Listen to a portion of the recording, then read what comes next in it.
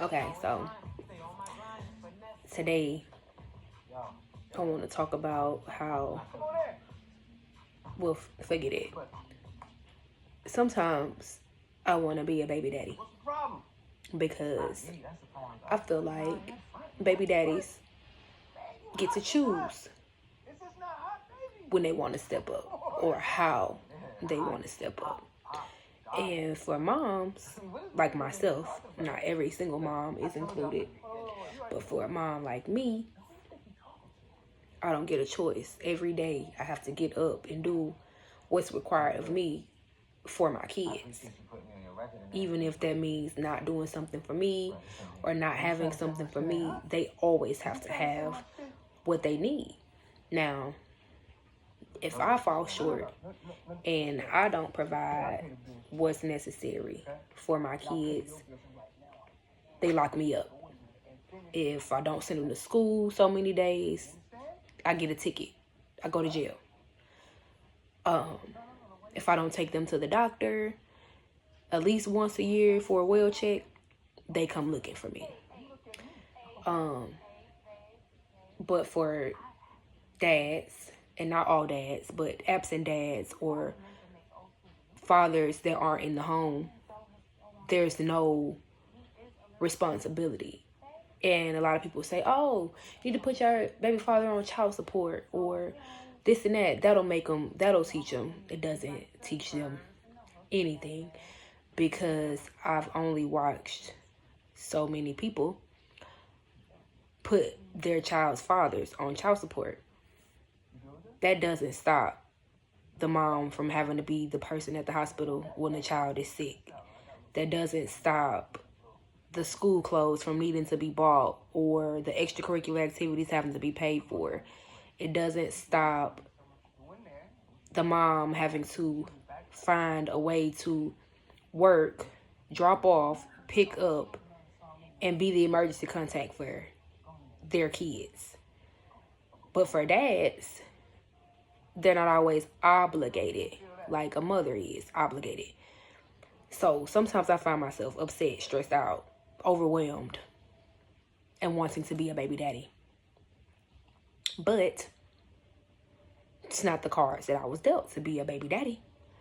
And kudos to all the amazing baby daddies, because there are some very great fathers and baby daddies out there. But there are some that are skipping over the requirements and there's no accountability. Now, don't get me wrong. I don't want people to be locked up because they suck at being a baby daddy or a parent for that much. Because when you see people locked up for child support, please help me understand how is it they should pay the child support from the jail with the no money that they're making. And granted, people that are in jail for a lengthy amount of time, the jail does send a couple cents to the child's mother on their behalf because they're not making any money worth sending. So they're only sending a little bit of what is made off of them being a prisoner, which is absolutely not enough for an absent parent financially to contribute. So no, the solution is not to lock everyone up that's not being a present parent or there for their children. The solution would be for these absent parents to become better parents.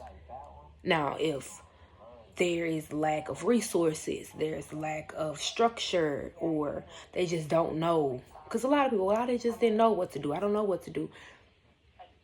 The way that the information is there for us needs to be there for the male co-part as well, or the absent parent.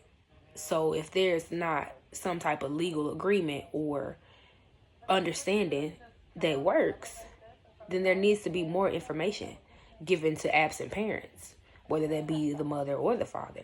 Everyone needs to be aware of their options and what they can do to help themselves be better parents to their kids. Because for me, I don't want the child support if I can't have the parent there as a parent. Because you can send $1 million, but you can't make memories without being a part of their lives. So for me, I've always just asked their dad, hey, get them when they have breaks, show up for the big things like graduations, promotions, bigger things, events, Father Days, if you can. Like, sometimes the distance is a pretty big grip and you're not always able to just pull up. But if you're able, absolutely be a part of what your children are doing or what they have going on. Because at some point, kids grow up and they make their own decisions and they realize things for themselves that no one has to tell them, no one has to manipulate the child. This day and age, they probably like 3, 4. They got personalities. They got their own opinions. At like 5, they know what they want to be. As a grown-up, they are aspiring actors, doctors, models at 5. So time is even shorter than before. When I was growing up, you know, it was real naive for a while till the internet pulled up. Now, when we got a little bit of the internet, we started learning some stuff. But these kids got the internet on tap from day one. So it's hard to fool kids into not realizing what's going on when someone's not there. So, yeah, I say I want to be a baby daddy, but I wouldn't want to miss half the shit. And I say half because some of this, I be wanting to miss it. I don't want to see all of it. The mama 1,000,001 times for it to be nothing. Nobody saying anything. Just mama 1,000,000 times. That's the half I could do without. But I do enjoy the teeth come out. When they learn something new. When they run into you for you to be the first person to find something out important to them. Like, the big moments is what make it all worth it. But boy, them days when I want to be a baby daddy is when it is just aggy and it is nagging.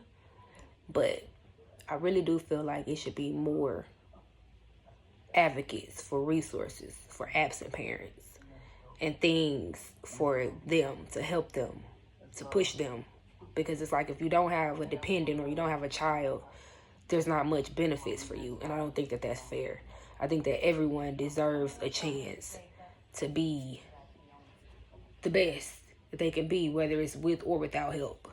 So stop leaving it on the parents to figure everything out when it's things and people and programs out here to help us all.